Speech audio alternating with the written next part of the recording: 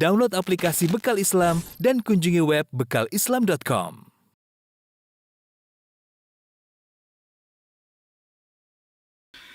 Bismillahirrahmanirrahim. Assalamualaikum warahmatullahi wabarakatuh.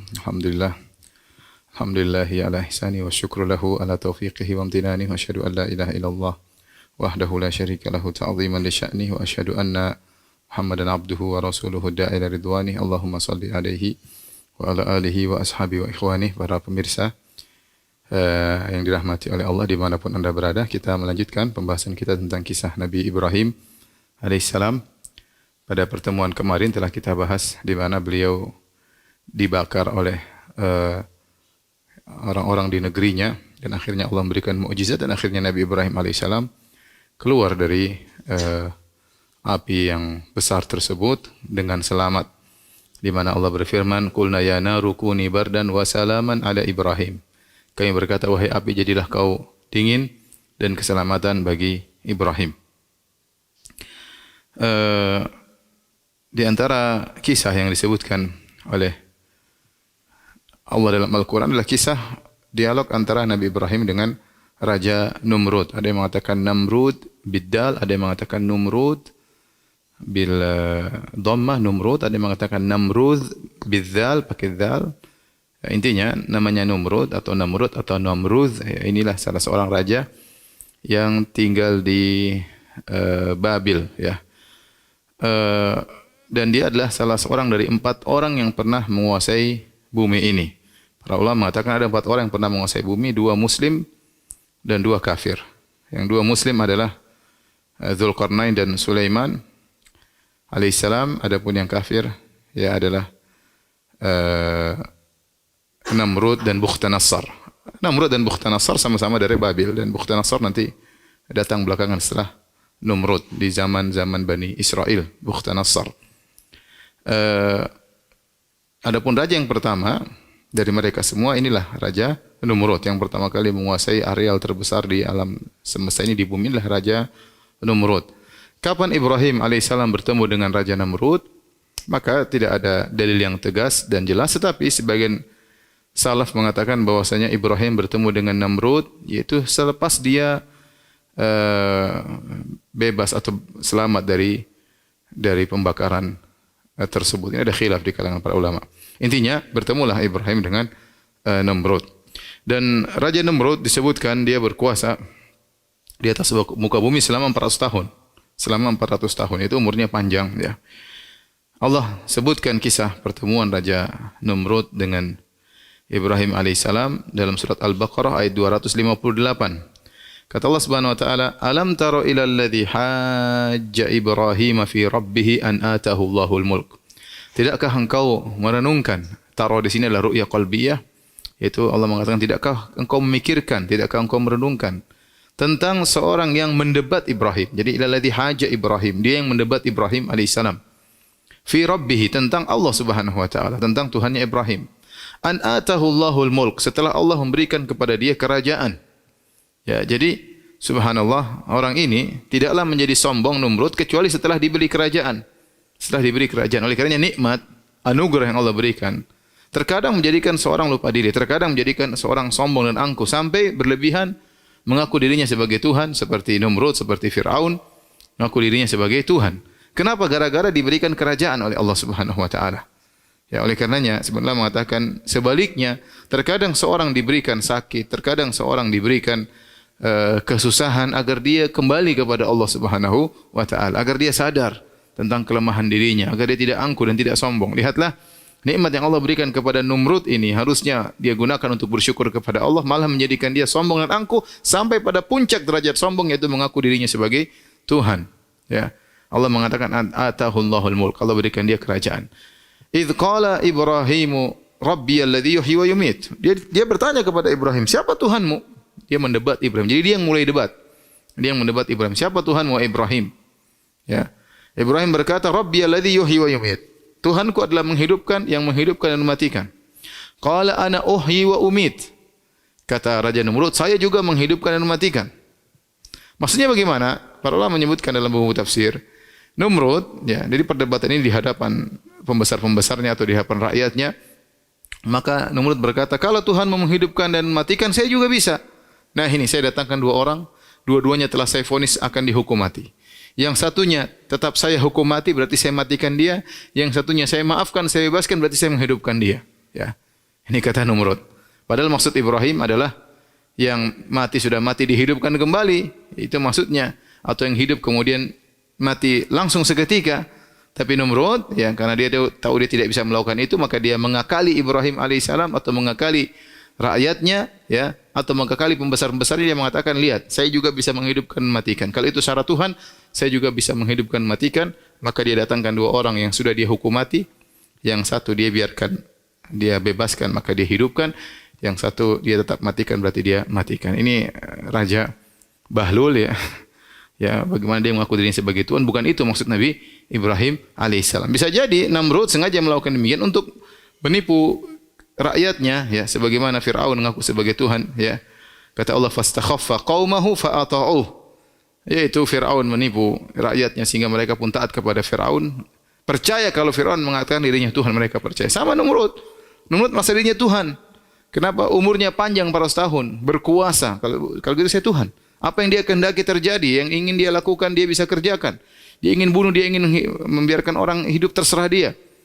Ya, maka kesombongan ini mengantarkan dia menjadi mengaku diri sebagai Tuhan. Jadi dia mengatakan, saya bisa menghidupkan dan mematikan. Maka Ibrahim alaihissalam mendatangkan hujah yang lain. Kata Ibrahim alaihissalam, fa inna Allah ya'ti bisyamsi minal masyriq fa'ti biha minal maghrib.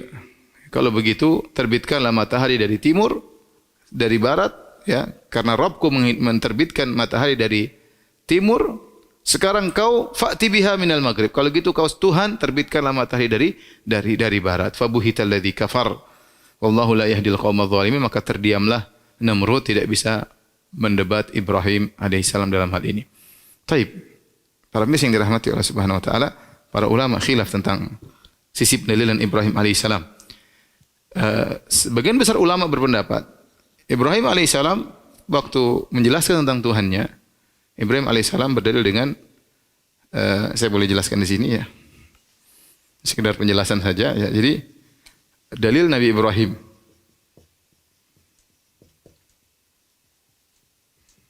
Ibrahim alaihissalam, ya, intinya ada dua dalil, ada khilaf di kalangan para ulama, dua pendapat.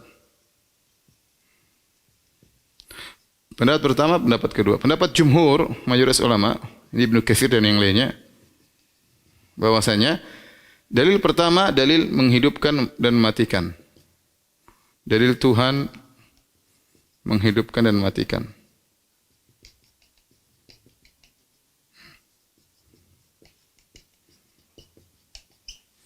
Dalil kedua, ya, Tuhan menerbitkan matahari dari timur.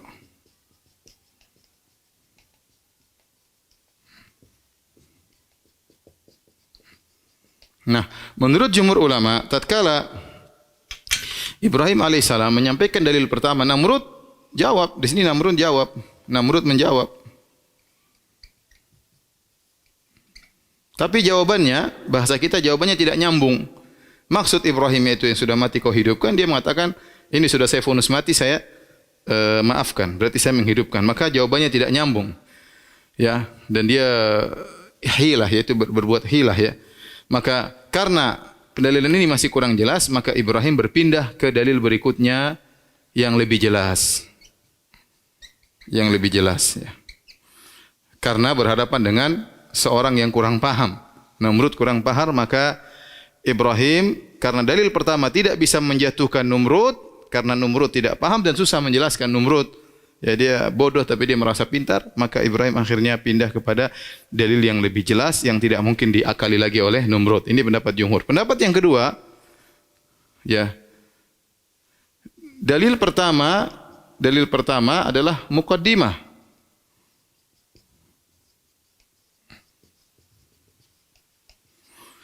Dalil kedua adalah inti.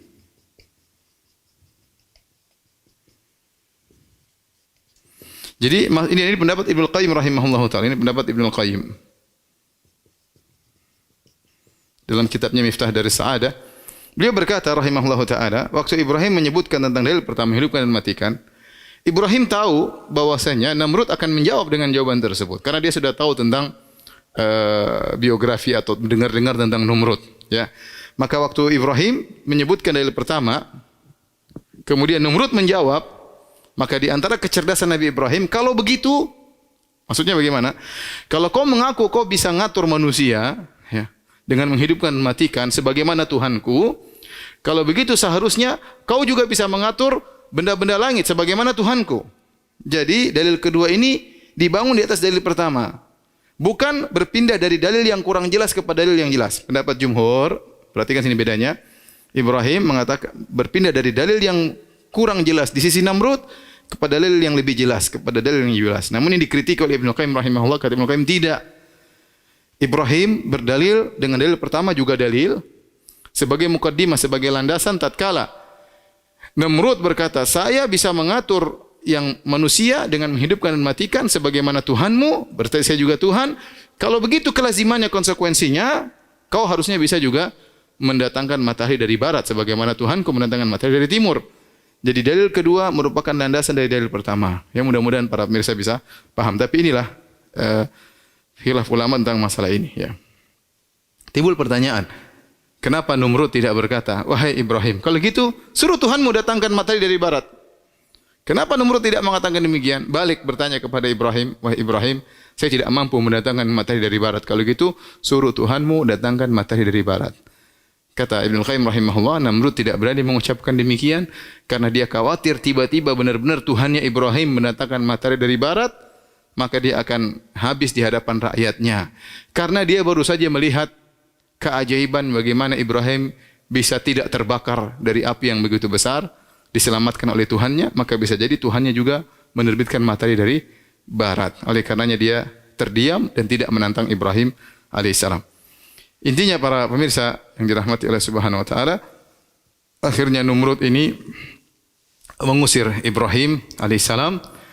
Setelah itu Allah Subhanahu wa taala dalam buku-buku tafsir menyebutkan pendapat sebagian salaf, akhirnya Allah Subhanahu wa taala mengirim ba'ud, yaitu lalat atau nyamuk atau lalat masuk ke dalam min kharaihi, masuk ke dalam hidungnya Namrud.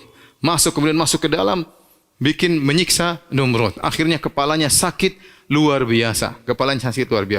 Kalau mau sembuh, maka harus dipukul kepalanya pakai mitraqah, pakai palu, dipukul kepalanya. Baru kemudian dia enakan. Kalau dipukul, tenang.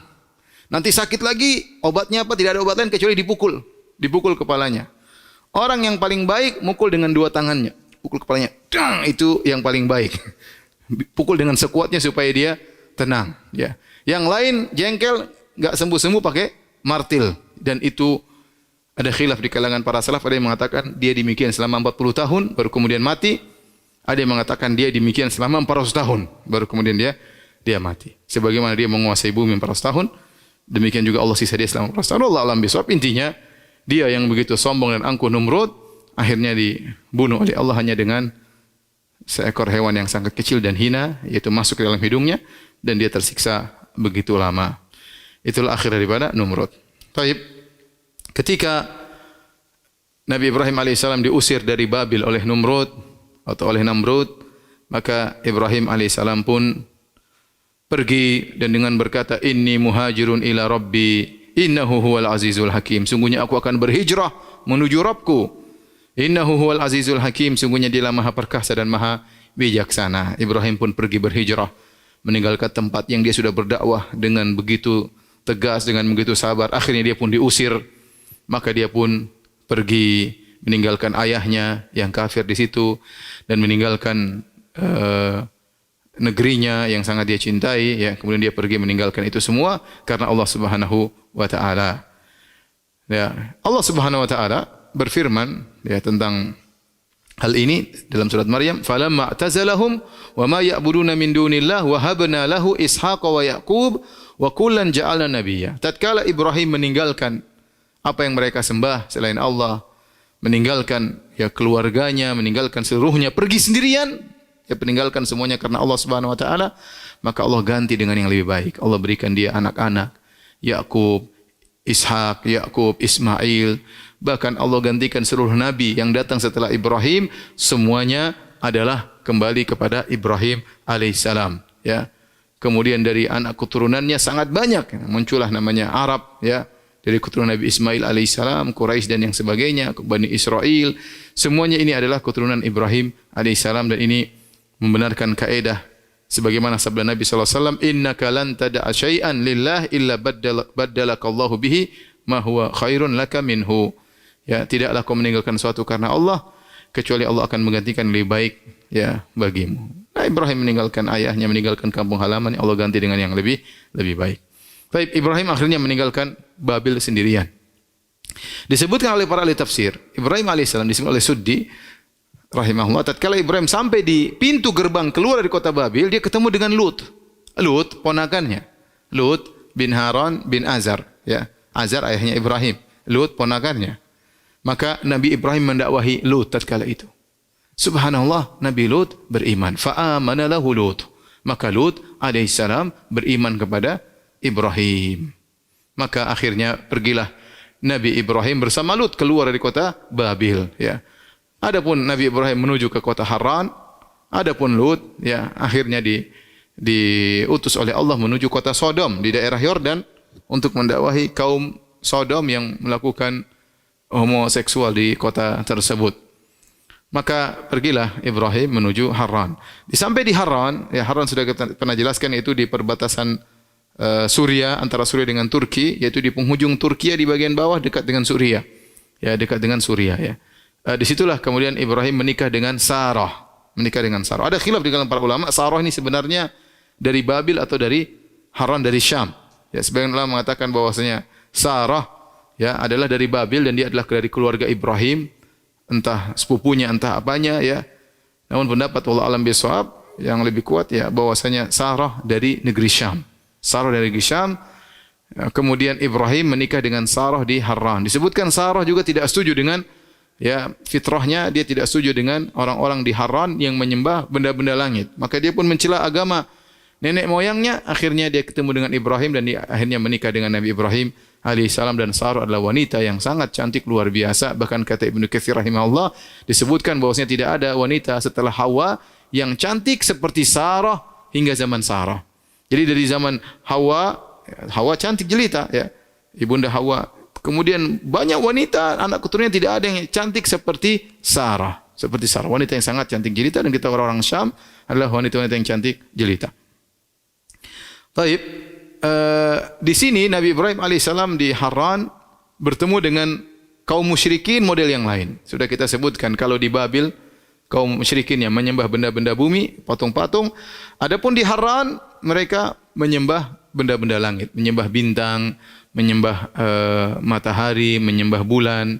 Yang Allah Subhanahu wa taala kemudian menceritakan lagi dialog Nabi Ibrahim dengan mereka ya. Dialog dengan Nabi Ibrahim dengan para penyembah benda-benda langit tersebut. Yang dialog ini Allah abadikan dalam surat Al-An'am mulai ayat 75 dan seterusnya ya. Dan ini sering salah pahami oleh sebagian orang. Mereka menyangka ayat-ayat dari surat Al-An'am ayat 75 dan selanjutnya menunjukkan Ibrahim alaihissalam cari Tuhan, sedang mencari Tuhan. Padahal tidak benar. Nabi Ibrahim alaihissalam sedang berdialog sebagaimana perkataan Ibnu Katsir rahimahullah, lam yakun Ibrahim nadhiran wa innama kana munadhiran.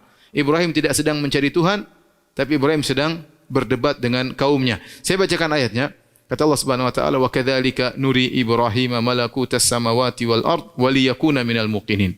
Dan demikianlah kami perlihatkan kepada Ibrahim tentang keagungan kami yang terdapat di langit dan di bumi. Ayat-ayat kami tunjukkan kepada Ibrahim wa liyakuna minal muqinin. Perhatikan di sini, wa liyakuna minal muqinin. Kata Allah Subhanahu wa taala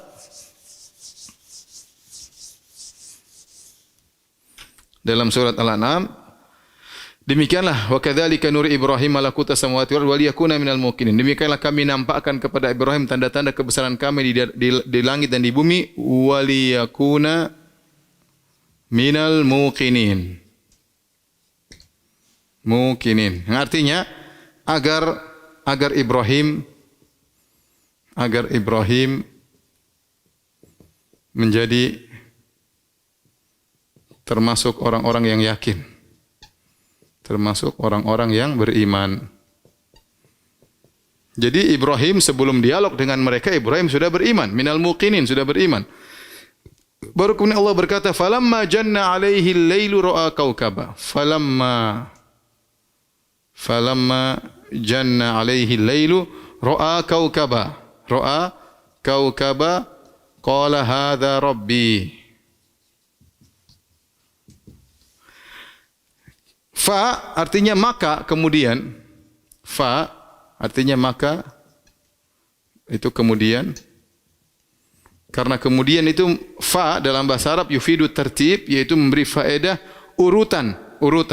Jadi maksud saya Ibrahim sudah yakin dulu baru kemudian terjadi dialog ini. Jadi ini ayat selanjutnya, ini ayat 75 76. Waliyakuna minal muqinin, Ibrahim sudah yakin baru kemudian falamma, maka kemudian tatkala tiba malam hari, ra'a kaukaba, Ibrahim melihat bintang, qala hadza rabbi, kata Ibrahim, ini bintang ya. Kata Ibrahim, hadza rabbi, ini Tuhanku. Falamma afala qala la uhibbul afilin. Falamma afala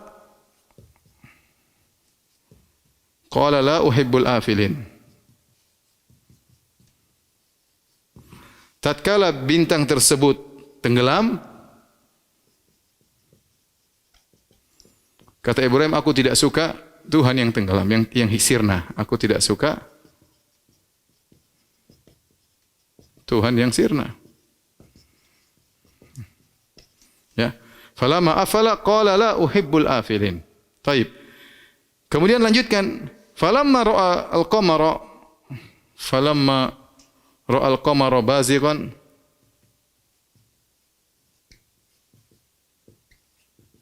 tatkala Ibrahim melihat rembulan terbit, qala hadza rabbi, falamma afala, tatkala terbenam, falamma afala qala la illam yahdini rabbi la akunanna minal qaumid dhalin.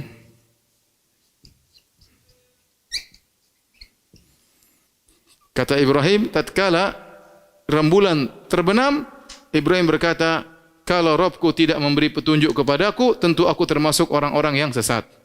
Kalau Rabbku tidak memberi petunjuk kepadaku,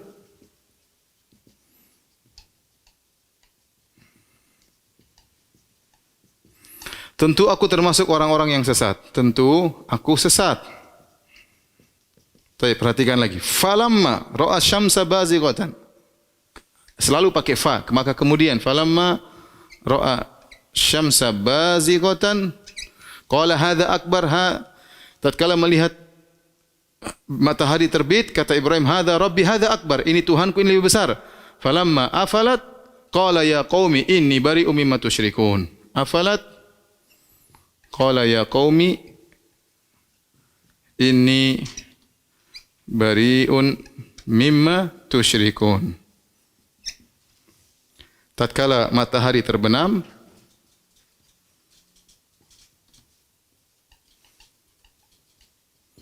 maka Ibrahim berkata, wahai kaumku, aku berlepas diri dari kesyirikan yang kalian lakukan, dari syirik kalian. Nah, ini saya ingin sampaikan, kenapa saya tulis demikian, agar kita tahu bahwasanya Ibrahim tidak sedang mencari Tuhan, tapi dia sedang berdialog. Saya ulangi. Kita lihat konteks ayatnya, kata Allah, demikianlah kami menunjukkan tanda-tanda kebesaran kami di langit dan di bumi, waliyakuna minal muqinin, kepada Ibrahim agar dia termasuk orang-orang yang yakin. Dia sudah yakin sebelum terjadi dialog ini. Kemudian kata Allah, fa, maka kemudian, berarti sudah yakin dulu. Falamma janna alaihi lailu ra'a kaukaba, tatkala tiba malam hari, Ibrahim melihat bintang. Qala hadza rabbi, kata Ibrahim, ini Tuhanku. Ini Ibrahim bukan sedang mencari, oh ini Tuhanku, tapi dia seakan-akan dia sedang mengumpulkan penduduk di kota Haran, kemudian dia ngajak mereka untuk berenung. Ini Tuhan. Sebagian Allah mengatakan hadza rabbi, maksudnya ada yang disebutkan hadza rabbi, ini Tuhanku. Maksudnya pertanyaan, ini Tuhanku. Falamma afala, tatkala terbenam bintang tersebut, kata Ibrahim, la uhibbul afilin. Bagaimana Tuhan kemudian sirna? Kemudian diajak lagi berfikir kepada kaumnya yang menyembah rembulan. Falamma ra'al qamara bazighan, tatkala Ibrahim melihat rembulan terbit, Di depan kaumnya dia mengatakan, "Hadza Rabbi." Apakah ini Tuhanku? Ya. Kata sebagian ahli tafsir, maksudnya dia bertanya, apakah ini Tuhanku kepada mereka? Falamma afala, tatkala rembulan tersebut terbenam, perhatikan Ibrahim berkata, "La illam yahdini rabbi la akunanna minal qaumidh dhalin."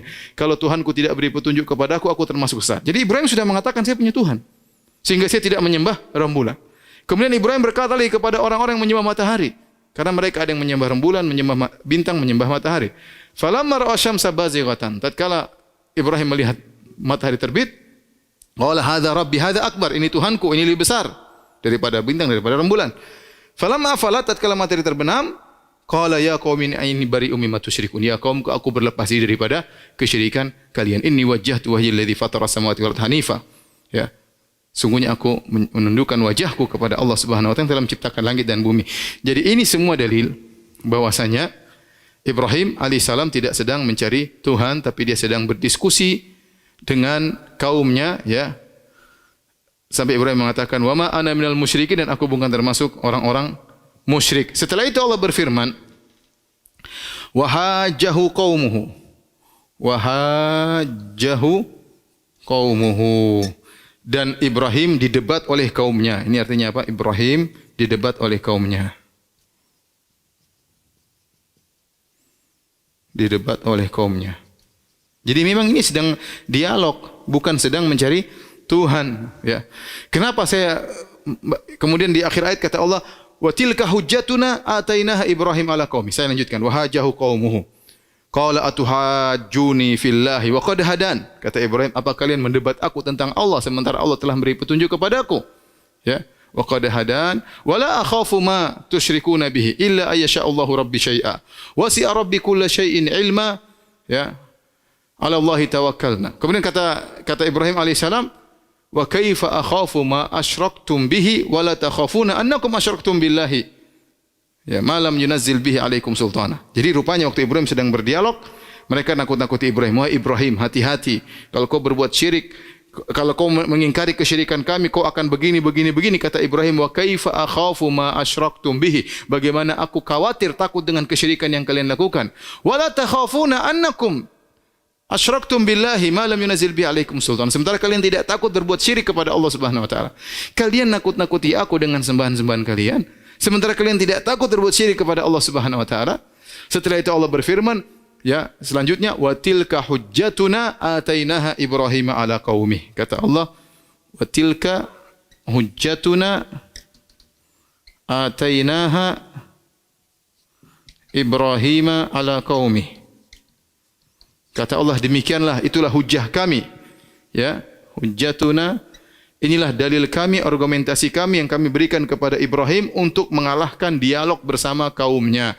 Jadi ini semua dalil bahwasanya Ibrahim sedang berdialog, bukan sedang mencari Tuhan. Para pemirsa yang dirahmati Allah Subhanahu wa taala. Kenapa saya jelaskan dengan detail seperti ini? Karena ini dijadikan dalil oleh sebagai orang-orang filsafat, ya. Bahwasanya kita harus mencari Tuhan. Tidak boleh kita percaya kepada Tuhan hanya sekedar ikut-ikutan, ya. Kita harus cari. Bahkan saya pernah mengikuti istilahnya apa? Pesantren kilat. Saya pernah ngikut dulu zaman-zaman SMP atau SMA. Dia mengatakan, jangan percaya Tuhan. Enggak boleh kita ikuti orang tua kita. Enggak usah percaya Tuhan. Kita disuruh kafir dulu. Ragu dulu tentang Tuhan. Baru kita cari sebagaimana Ibrahim nyari Tuhan. Nah, itu bahaya. Orang sudah beriman disuruh kafir dulu. Ya. Itu enggak benar. Ya. Maka Ibrahim tidak pernah mencari Tuhan. Dia sejak awal sudah, sebagaimana kita jelaskan, wa ma kana minal musyrikin, tidak pernah berbuat syirik.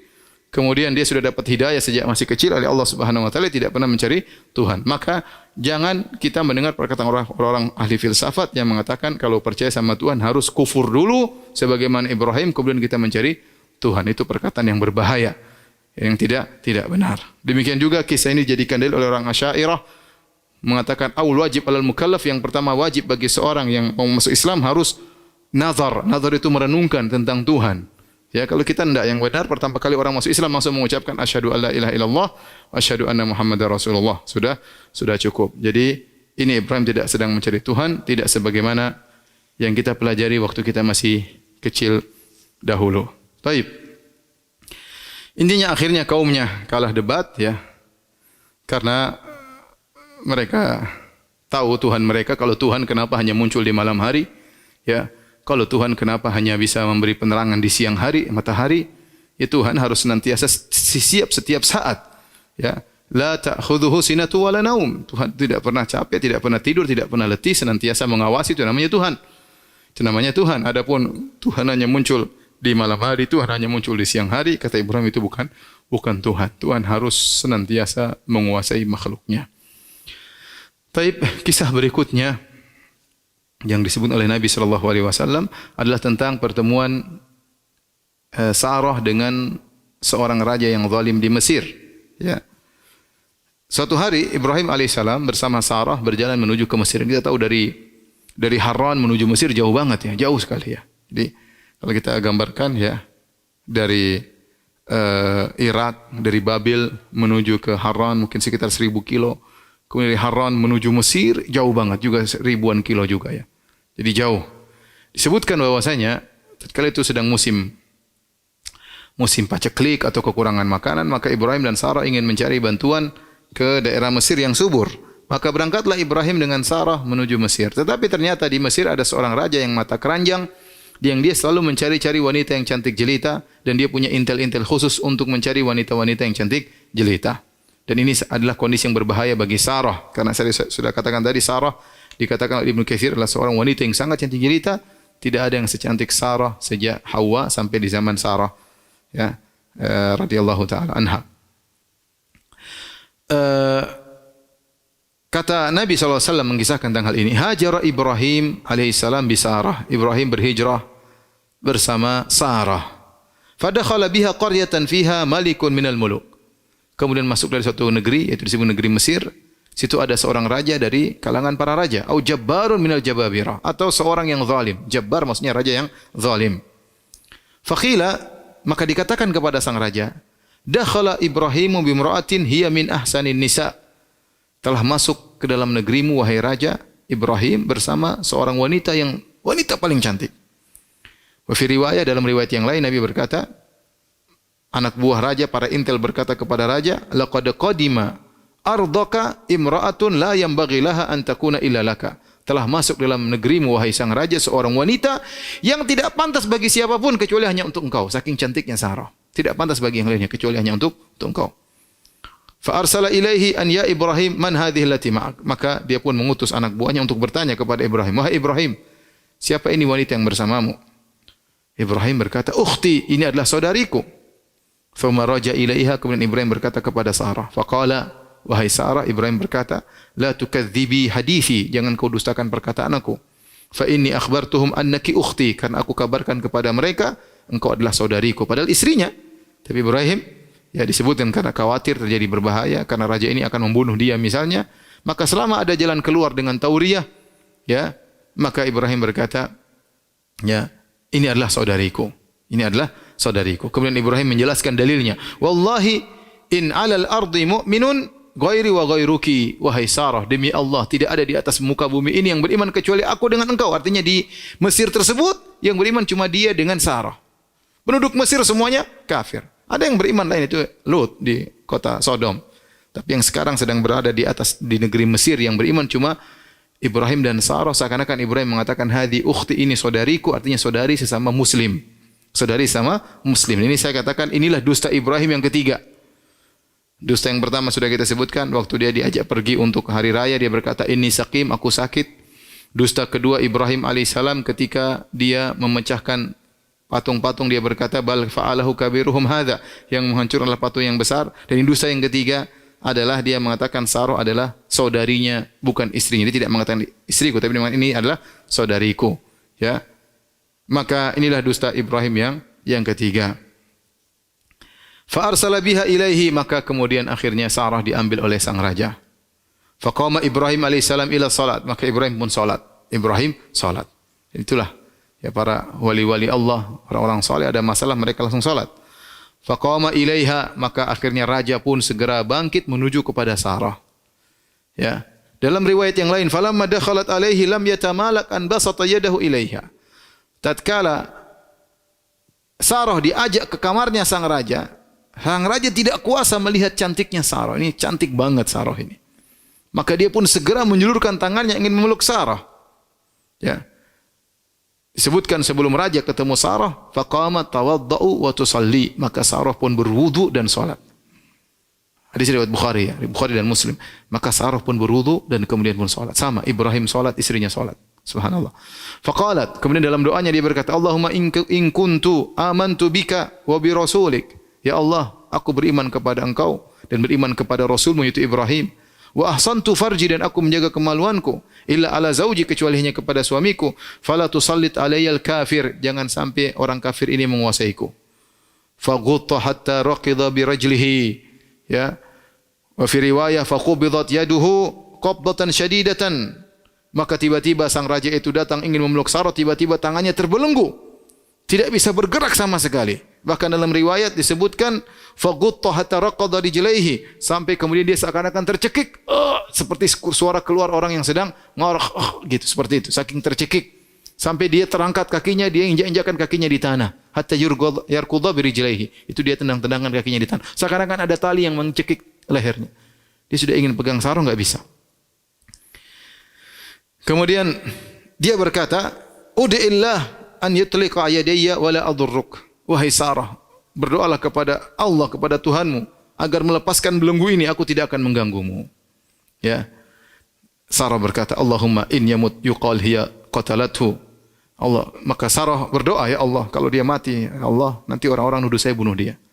Maka akhirnya terlepas dari genggaman tersebut. Subhanallah, Sarah berdoa langsung dikabulkan. Wanita soleha benar ini. Begitu berdoa lagi, dikabulkan lagi. Tadi terbelenggu, dilepaskan lagi. Begitu raja tersebut terlepas kedua tangannya, dia tidak kuasa lagi melihat Sarah ini cantik banget. Maka dia maju lagi. Subhanallah. Saking tidak kuat, ya, sudah hilang kesadarannya karena melihat wanita sangat cantik jelita. Maka dia pun maju lagi ingin menyentuh Sarah. Tiba-tiba tangannya terbelenggu lagi. Kedua kalinya lebih keras daripada sebelumnya. Dia mulai tercekik lagi. Sambil begitu tercekik sampai dia menggerak-gerakkan kedua kakinya. Ya, parah. Maka kemudian dia mengatakan lagi, ya Sarah, berdoa kepada Tuhan, aku tidak ganggu engkau lagi. Sarah berdoa lagi, ya Allah, lepaskanlah belenggu orang ini. Tiba-tiba raja tersebut terlepas belenggunya. Apakah dia sudah taubat? Belum. Ternyata dia berusaha untuk ketiga kalinya karena sudah melihat Sarah yang sangat cantik jelita. Otaknya sudah enggak beres, ya. Ini karena tidak pernah lihat wanita cantik seperti ini. Selama dia hidup enggak pernah lihat wanita cantik Sarah, ya. Alaihissalam. Tidak pernah melihat Sarah, wanita secantik Sarah. Maka usaha ketiga kali, siapa tahu kali ini berhasil. Ya, ini Mesir punya dia seorang raja, anak buahnya ribuan banyak. Apa yang dia takutkan? Maka ketiga kali dia ingin mendekati Sarah lagi, ternyata dia terbelenggu lebih parah daripada dua kali sebelumnya. Tercekik lebih parah daripada sebelumnya. Akhirnya dia berkata, Sarah, sudah, ini yang terakhir. Ya, lepaskan aku. Sarah berdoa lagi, langsung Allah kabulkan doa Sarah seketika itu pula. Akhirnya raja tersebut kemudian berkata kepada anak buahnya, dia berkata, wallahi ma arsaltum ilai syaitanan. Kalian tidak mengirim kepadaku seorang wanita, kalian kirim kepadaku setan ini, enggak bisa diapa-apain. Ini setan enggak bisa diapa-apain. Akhirnya kata raja, irji'uha ila Ibrahim, kembalikanlah wanita ini kepada Ibrahim. Kemudian dikasih hadiah, fa akhdamaha Hajar. Maka akhirnya Sarah diberi hadiah oleh raja tersebut, yaitu Hajar. Fa akhdamaha Hajar. Maka ya, kemudian Ibrahim pun sedang menunggu Sarah. Kemudian Sarah pun datang kepada Ibrahim. Kemudian Sarah berkata, asy'arta anna Allah kabatal kafir wa akhdama walidah? Tidakkah kau lihat, ya Allah telah membisukan sang kafir, sang raja kafir, dan Allah berikan kepadaku, ya, pembantu, yaitu Hajar, hadiah. Ya, raja tersebut menghormati Sarah. Siapa Hajar? Hajar adalah seorang wanita dari Mesir. Ya, imra'atun Misriyah, wanita dari Mesir. Disebutkan dahulu dia adalah seorang anak raja, namun terjadi pertikaian antara kerajaan dan kerajaan. Akhirnya dia pun ditawan, akhirnya dijadikan membantu. Maka yang diberikan oleh raja kepada Sarah bukan membantu sembarangan, tapi membantu yang dahulu adalah anak seorang raja, yaitu Hajar. Kemudian akhirnya pergilah Ibrahim, Sarah dan Hajar menuju ke Palestina dan mereka pun tinggal di Palestina. Ya. Ada beberapa ya faedah dari kisah ini, yaitu bahwasanya ya ternyata syariat salat sudah ada sejak nabi-nabi terdahulu ya. Para nabi-nabi juga salat. Ya, Ibrahim salat, Sarah juga salat. Jadi faedah kalau kita menghadapi masalah apapun, kita segera salat. Mereka dalam hadis kan Nabi sallallahu alaihi wasallam idza hazabahu amr fazi'a ila salat. Nabi sallallahu alaihi wasallam idza hazabahu amr, kalau ada perkara yang menggelisahkan Nabi, Nabi segera apa? Salat. Ya, sebelum kita berkeluh kesah kepada orang lain, sebelum kita menyerahkan urusan kita kepada orang lain, serahkan dulu kepada Allah Subhanahu. Tawakal kepada Allah, minta kepada Allah dalam masalah apapun ya.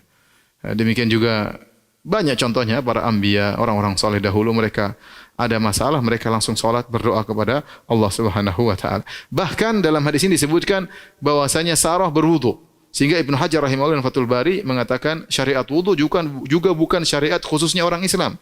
Orang-orang terdahulu juga wudu, ya. Mereka wudu, mereka salat. Tentu salatnya mungkin berbeda, ya, wudunya mungkin juga berbeda, berapa kali sehari tentu berbeda, tetapi ada wudu, ada salat. Hanya saja yang merupakan spesial dari umat ini yaitu bekas wudu ada cahayanya, ya. Kata Nabi sallallahu alaihi wasallam, "Innakum tud'auna yaumal qiyamati gurran muhajjalina min atharil wudu." Sungguhnya kalian umatku, umat Muhammad sallallahu alaihi wasallam akan dipanggil pada hari kiamat kelak dalam kondisi gurran muhajjalin min atharil wudu, yaitu tangan-tangan bercahaya, kaki-kaki bercahaya, wajah bercahaya, itu anggota wudu bercahaya karena bekas wudu. Adapun umat-umat yang lain tidak demikian. Meskipun mereka berwudu, tetapi tidak ada bekas cahaya nanti pada hari kiamat kelak. Ini khususan umat Muhammad sallallahu alaihi wasallam, ya. Kemudian ini menunjukkan tentang bagaimana solehahnya Sarah. Bagaimana solehahnya Sarah, ya, bagaimana dia begitu berdoa langsung dikabulkan oleh Allah Subhanahu wa taala. Allah akan menolong orang-orang yang bertakwa. Inilah 3 dusta Ibrahim alaihissalam yang sudah tadi saya sebutkan. Dan gara-gara 3 dusta ini, dan ini dusta yang ketiga, dusta pertama mengatakan saya sakit, dusta kedua mengatakan yang menghancurkan patung adalah patung yang paling besar, dusta ketiga adalah mengatakan Sarah adalah saudariku. 3 dusta inilah yang akhirnya menghalangi Ibrahim untuk memberi syafaat pada hari kiamat kelak. Hadis yang masyhur tentang masalah syafaat, tatkala manusia dikumpulkan di padang mahsyar dalam kondisi matahari jaraknya 1 mil, keringat bercucuran, ada keringat sampai di lutut, ada sampai di mata kaki, ada yang sampai di pinggang, ada sampai wa minhum man yuljimul araqa iljaman, sampai ada di mulut mereka. Manusia kepayahan, matahari jarak 1 mil, suruh kumpul di padang mahsyar yang kata sebagian ulama masanya 50.000 tahun. Panas terik luar biasa.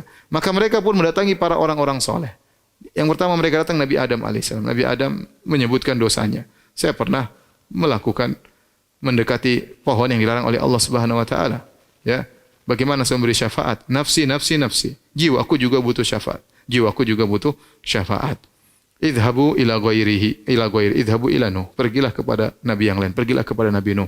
Akhirnya mereka pergi ke Nabi Nuh. Mereka juga minta, Nuh, kami begini-begini. Kata Nuh, bagaimana saya pernah berdoa dengan suatu doa yang akhirnya membinasakan umatku.